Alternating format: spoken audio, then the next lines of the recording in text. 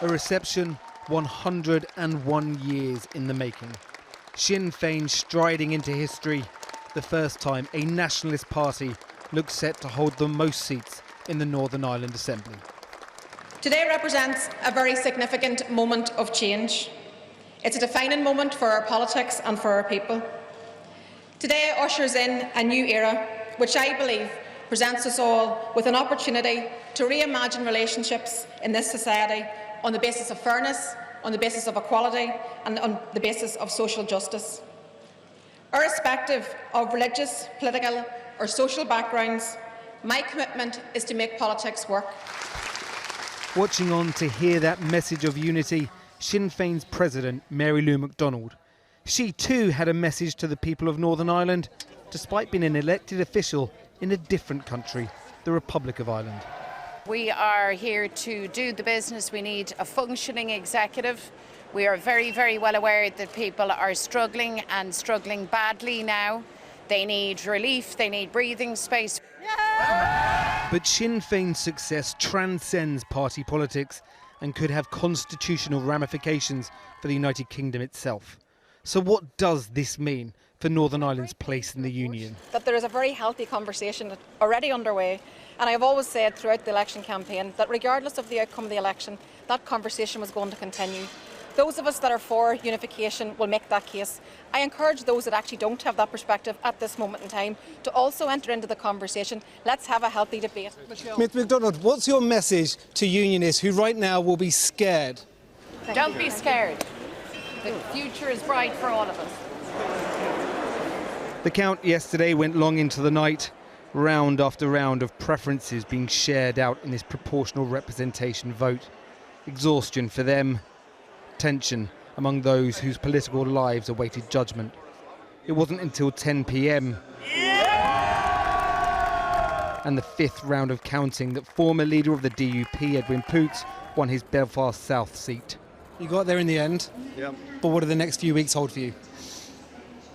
I think it's a very interesting time ahead in terms of the Assembly, and there's going to be some very straight talking done, particularly directly with the UK government, and they really need to step up to the plate and deliver. If they want to ensure that this Assembly works, they need to deliver. Who are the most difficult conversations going to be with, Sinn Féin or the UK government? UK government, all the day long. Sinn Féin vote may be a temporary thing. What the UK government has imposed has the potential to do real long-term damage, not just to the Union but to the people of Northern Ireland. This is the storm wrought upon unionist politics. Post-Brexit checks on goods travelling from Great Britain to Northern Ireland, known as the Protocol. Not merely a regulatory nightmare, unionists say, but a threat to their identity, that this part of the UK should be treated any differently to the rest of the nation. Given the vote has fractured and given the vote has gone predominantly more to the TUV, some of the more hardline views, how can you form a government with Sinn Féin? There will, in my view, be no government formed in Northern Ireland until the protocol is sorted out, because we have this terrible situation where there's a sea border between Northern Ireland and the rest of the United Kingdom, where laws are made for Northern Ireland over which no representative here in the Assembly or Westminster has any say. That is untenable. This election has transformed the political landscape of Northern Ireland. The question now, what will it do for the rest of the United Kingdom? Well, we still haven't got a final result. Some stragglers still waiting to come in. It's very unlikely, though, that Sinn Féin won't be the largest party. But that does not mean that come Monday, Michelle O'Neill will be the First Minister, because of the nature of power sharing. That can only happen if the DUP are happy to govern alongside her. Well, you heard Lord Dobbs there in our report. He says that's not going to happen, and it's not just rhetoric. First of all, the Assembly hasn't sat since February. The DUP collapsed power sharing because of the Northern Ireland Protocol. They say they need meaningful change from Boris Johnson.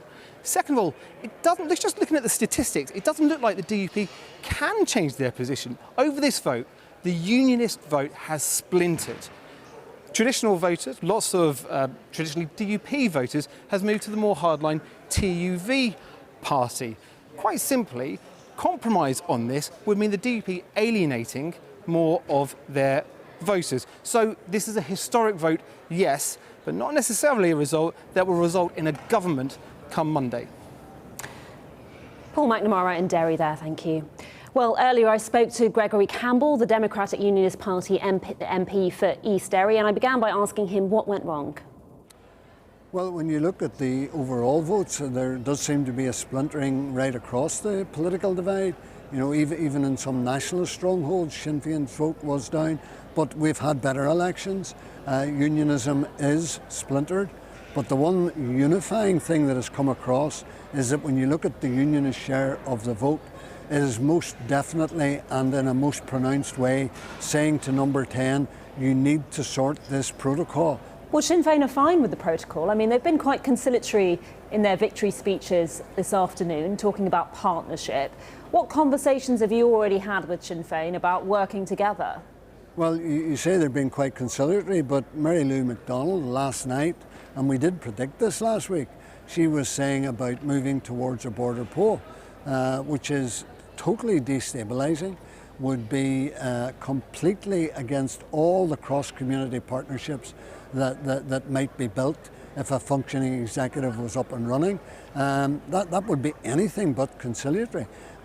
So what we need to do is we need to have a period of either 5 or 10 years where government in Northern Ireland is up and running for everyone, where people are beginning to become settled and accustomed to whatever arrangements are arrived at, the protocol having been dealt with, so that we have good trading relationships on a west-east basis between GB and Northern Ireland, and also on a north-south basis between Northern Ireland and the Republic. There is no answer to the protocol, is there? You are going to have a hard border either in the Irish Sea or between Northern Ireland and the Republic. It's one or the other, isn't it? No, it's not. It's absolutely not. Because the reality that many people have missed is that there can't be a hard border on the island of Ireland. The reason there can't be is it's a physical impossibility to build one. There are 300 crossing points on the 300 miles of the border. So there's no way, there's no political will, there's no physical possibility of constructing that border. So the north-south trading relationship is there and won't be breached in any way. But similarly, we have to have an east-west trading relationship, which also can't be breached and is sacrosanct within the internal market within the UK. That's what Boris Johnson promised he would do, and that's what he needs to deliver, and he needs to do it quickly. On this point about a border poll, since Sinn Féin are the majority party now, it would seem there is a mandate for a border poll. You could be looking at the prospect of a united Ireland in a few years. Well, I don't know how you can say that whenever the majority of votes cast in this election were not in favour of a united Ireland and weren't in favour of a border poll. The only party that's looking for a border poll is Sinn Féin, and their vote only went up by 1%. All of the other parties, to different degrees, have said that they don't want a border poll.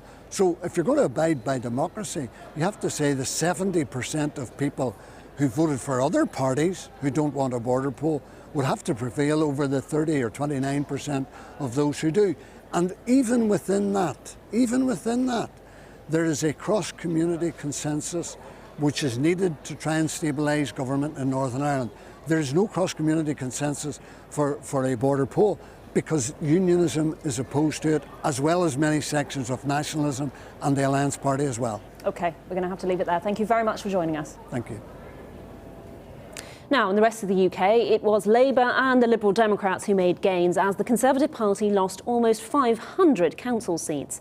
The Tories were also pushed into third place in Scotland by Labour, with the SNP finishing as the biggest party there.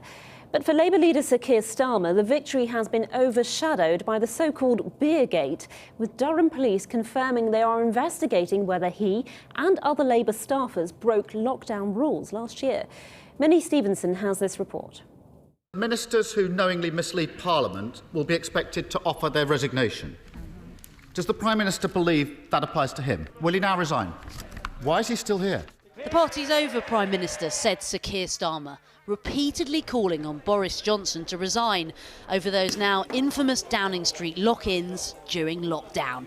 Only now he's facing allegations of hypocrisy over his own alleged antics, as Durham police announced they would investigate whether he broke COVID rules at this gathering. At the time, socialising outside your household was banned, but Starmer insists he was working. As I've explained a number of times, I was working in the office. We stopped for something to eat. There was no party, there was no breach of the rules. I'm confident about that. Police have obviously got to do their job. Throughout Partygate, Sir Keir Starmer has taken the moral high ground. He knows he's dishonest and incapable of changing, so he drags everybody else down with him. Why does the Prime Minister think everybody else's actions have consequences except his own? Pitting Labour as the moral and decent party after police fines engulf the Tory party. But the hangover of Beergate could put the politician in a very precarious position. I think if he actually gets a fixed penalty notice, he really has to consider his position. I mean, I don't think he will. I think this is a lot of sort of hype built up by the Tory press. But if he were to get a fixed penalty notice, he would have to consider his position. But today, what Labour really want you to focus on is their local election wins over the Conservatives. Their biggest victories were in England. Labour won 42 seats and took control of 5 more councils. The Conservatives lost 341 seats and 10 councils, and the Lib Dems gained 191 new councillors. In Scotland, the SNP kept its place as the largest party, winning 22 more seats. Labour pushed the Conservatives into 3rd place. They lost 63 council seats. And in Wales, Labour stays in 1st place. Plaid Cymru comes in 2nd, and the Conservatives were pushed into 4th. Believe you me, this is a big turning point for us. A joyful Keir Starmer celebrating those wins. But Durham's police decision has undoubtedly overshadowed those local election gains. Deputy Labour leader Angela Rayner also, according to her party, attended the so-called Beergate gathering. But today, Durham police told us they wouldn't be commenting further, as in their words, this is an active police investigation. Of course, Durham police have found themselves here before. You'll remember Dominic Cummings' now infamous road trip to Barnard Castle during lockdown. We agreed that we should go for a short drive to see if I could drive safely. That fell to them to investigate, with the police force finding that the former number 10 advisor might have broken COVID rules, but no further action was taken.